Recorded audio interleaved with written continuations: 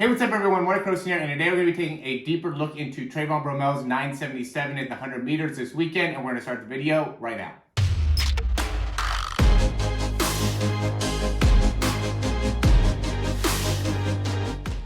All right, so as many of you guys know, Trayvon Bromell ran a 9.77 this weekend in Florida, taking the lead for the fastest 100 meter this year in preparation for the Olympics coming up in just about a little bit over a month. And so what I wanted to do, because there's a lot of comments when I saw it that were kind of questioning the legitimacy of him actually running the 9.77 just because of how he kind of finished at the end and didn't look like he really had an amazing start. And so what I'm doing is I'm comparing earlier in the year, in May, he ran a 9.88, and so I'm just going to compare that 9.88 to the 9.77 to kind of get some idea of exactly what are some of the differences. And so here on the left, we have the 9.88, and then here on the right, we have the 9.77. So we'll start off here, and just for a reference of what we're going to be looking at in terms of the times, this is going to be just based off of the frame rates here. So, that's typically how I go in and look at the amount of time spent on the ground, amount of time spent off the ground. I get questions about that all the time. So at the bottom here, you can see the frame rate. And so he starts at 3 seconds here on the left. And I already did all the math, and essentially gets all the way up to the end here and finishes at about, and it's harder to see on this one, but it looks like he finished at about, 12:63, 59, somewhere in there. And so, let's say if we said it was 63, 12:63, that would end up being like in terms of just from a frame rate perspective, that would actually end up being, 963. If we just went based off of that. So the big thing is, we just want to be able to see exactly where he was at, and he took 47 steps, just from a timing perspective, and give some comparison here, because, obviously taking a, 10th off when it comes to this part of the race is obviously a big difference. So then we're going to look at the right, and here on the right, we have him starting at about 280, or, 2.80. And then in terms of the steps here, he only took 46 steps, because there's people that were saying that maybe the track wasn't as long. And it was hard for me to be able to think that. So this would be his 46th step here, right? He ends up having the same, obviously he has the same start, so he has kind of the same ending there in terms of the steps. So this is his 46th, and this is his 46th on the right.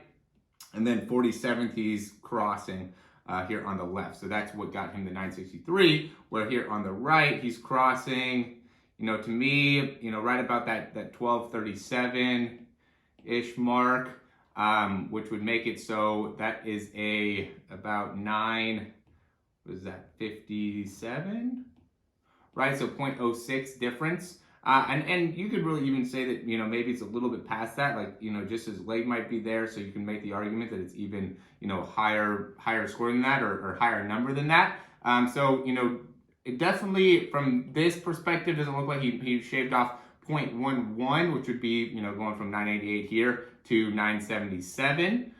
But, it also is it's all based on frame rate of the actual video taken. This one on the right is definitely not as good of a video as the one on the left. I know both of them seem a little bit blurry, but the one on the right is a little bit less of a quality video. So there could be timing there. And then it does seem like, because we also did a Shelly-Ann Fraser-Price breakdown this weekend and how well she did. And it does seem like this track here on the right just provides a little bit better bounce. If we go and we look at the foot contact time, we'll go a little bit more into, like the middle part of the race here. So let's say lands 10:24 here on the right. He gets right back off the ground so quickly. He's off by 10:31. And again, so, frame rate's going to be a little bit different here. In comparison to this, lands at 9.16. And then is off, before that 2.6, but, it's going to be, maybe closer to like a 0.08, 0.09 foot contact time, where it looks like here it might be in the 0.07 to 0.08 range. So it does seem like the track really makes a big difference here in terms of, why he was able to get the time that he was able to get. Now, obviously, over a period of time, we're going to be able to see an improvement of, exactly that, a tenth of a second or even maybe more, because really I would say that here on the right, he probably would have ran a better time, because we watch this race here on the left, he had a little bit stiffer competition and really finished through a little bit harder here as he was going. But here on the right, he got the lead and then just kind of, didn't have to finish through as tough, and it, didn't look like he got as good of a start when he first, came out here. So I don't think the one on the right is as good of a run, even though he ran a better time. But, the track, I think, made a big difference. So, big thing that you can take away from this is that the actual surface does make a big difference in terms of how good of a time that you're going to get, and obviously different places, different tracks, different circumstances, everything's going to make a big difference in terms of the overall running form. It seems like that ends up being the big thing about this track, is you do get a little bit better kind of bounce off of it, where you can get a little bit shorter in terms of the contact times. Unfortunately, I can only get down to like a hundredths of a second, right? So, 0.07 is a hundredth, of a time. I don't get that thousandth, which would be great to be able to see, is it 0.079 compared to 0.085, right? Because those numbers really do make a big difference when it comes to, continuing to make progress in your sprinting and really being able to give you guys as accurate a breakdown as you can. So if you guys have any resources where we could maybe potentially get the thousandth of a second by, utilizing this video, that would be hugely beneficial, I think, for this channel, just to be able to really help out in getting that next level of precision in terms of understanding how much time these guys are spending on the ground, how much time these guys are spending off the ground, and really trying to take the mechanics to a whole nother level, really getting a great understanding of, how to run faster. I will say that, when from a philosophy, from my perspective, the bigger thing is to put a focus on the mechanics behind your sprint, and then utilize the information that you get from your mechanics into how you do some of the training. I know for me personally, I am not a huge squatter. I don't squat a ton of weight. I don't deadlift a ton of weight. I'm not weak there. I could probably squat, probably around 350 pounds-ish would be my guess. I don't do that a lot where I actually max, and would probably deadlift, probably a little bit more, maybe in like the 400s, high 300s, low 400s. But, point being is, I don't think those numbers are something that really separates me from a overall strength perspective. But I do think that, really putting a focus on the mechanics and understanding the ability to build up the muscular strength within and muscular endurance within the hamstrings, the hip flexors, the muscles of the ankle, the stabilizers of the ankle, end up being a critical part of really being able to get a large amount of speed, especially when it comes to the end of the race. Because what happens, at least I know this happens for me personally, I don't have a lot of experience in sprinting, but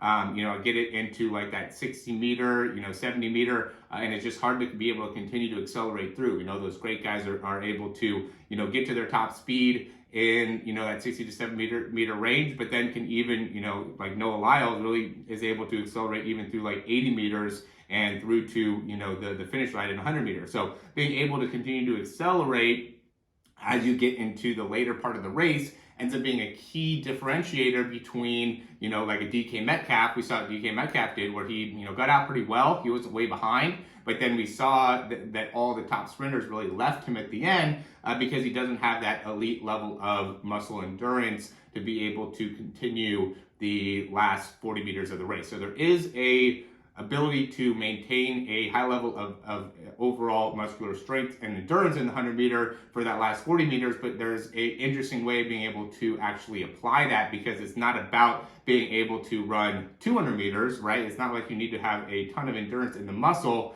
or overall endurance in terms of, maybe cardiovascularly, but we do need to be able to have enough overall strength and power to be able to, and really it ends up being the anaerobic system, right, that takes us through into that 8 to 20 second range, where we're able to utilize the lactic acid that doesn't slow us down, but really is able to continue to be a benefit for the, again, hamstrings, the hip flexors, the quads, all those muscles that start really acting up as you get into the 60 meters. I know, again, for me personally, I really start to feel my hamstrings start to kind of slow down once I get to that spot. It's easy for me to run to 60. It's a little bit harder for me to run to that last 100. So being able to really work on the mechanics behind that ends up being a big thing, and work on the muscular endurance for that. I'm going to start running more of, downhill sprints, a little bit of uphill sprints, but mostly downhill sprints, just to be able to try to maintain a high level of cycle speed for a longer period of time. And I think doing the downhill sprints will be the best way for me, just because it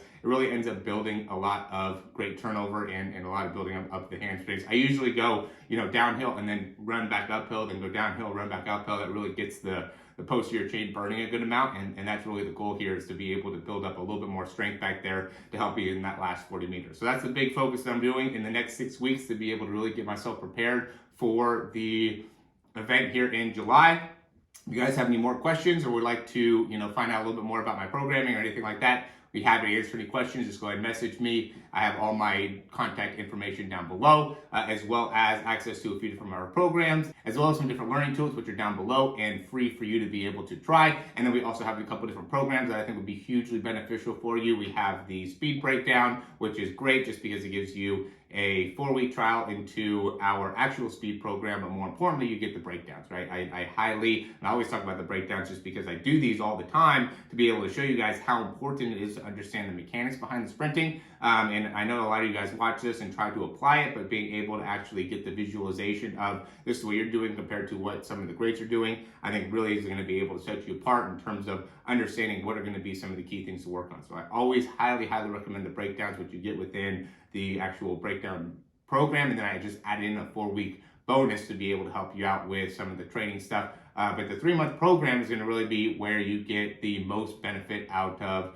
the program, just because now it's going to be a 12-week commitment to improving your speed. And I'm at the stage, guys, where I need you guys to get faster. Anybody that gets into my program, I need you guys to get faster. So I'm going to commit as much as I can to make it so you're actually able to do that. Obviously, at the end of the day, ends up being you that needs to get faster. So you have to be able to commit your time, commit your energy, be some focused on it, disciplined on it. So, I can't make you go and sprint and go and run and get you faster. I could give you the guidelines, give you the frameworks, give you the understanding of what it's going to take. But at the end of the day, you got to show up for yourself in order to make it all happen. I am doing a giveaway right now. If you go ahead and like this video, subscribe, send it over to me, we will be able to let you know if you end up winning that. That's going to be a $100 gift card, as well as access to a $97 breakdown. So this is the last day. I'm going to pick somebody at the end of the day today, and then I'm going to actually announce it tomorrow. So hopefully you guys were able to get a lot out of the video, and I highly recommend you guys going in for that giveaway. Hopefully you guys win, and as always, thanks for watching, and talk to you soon.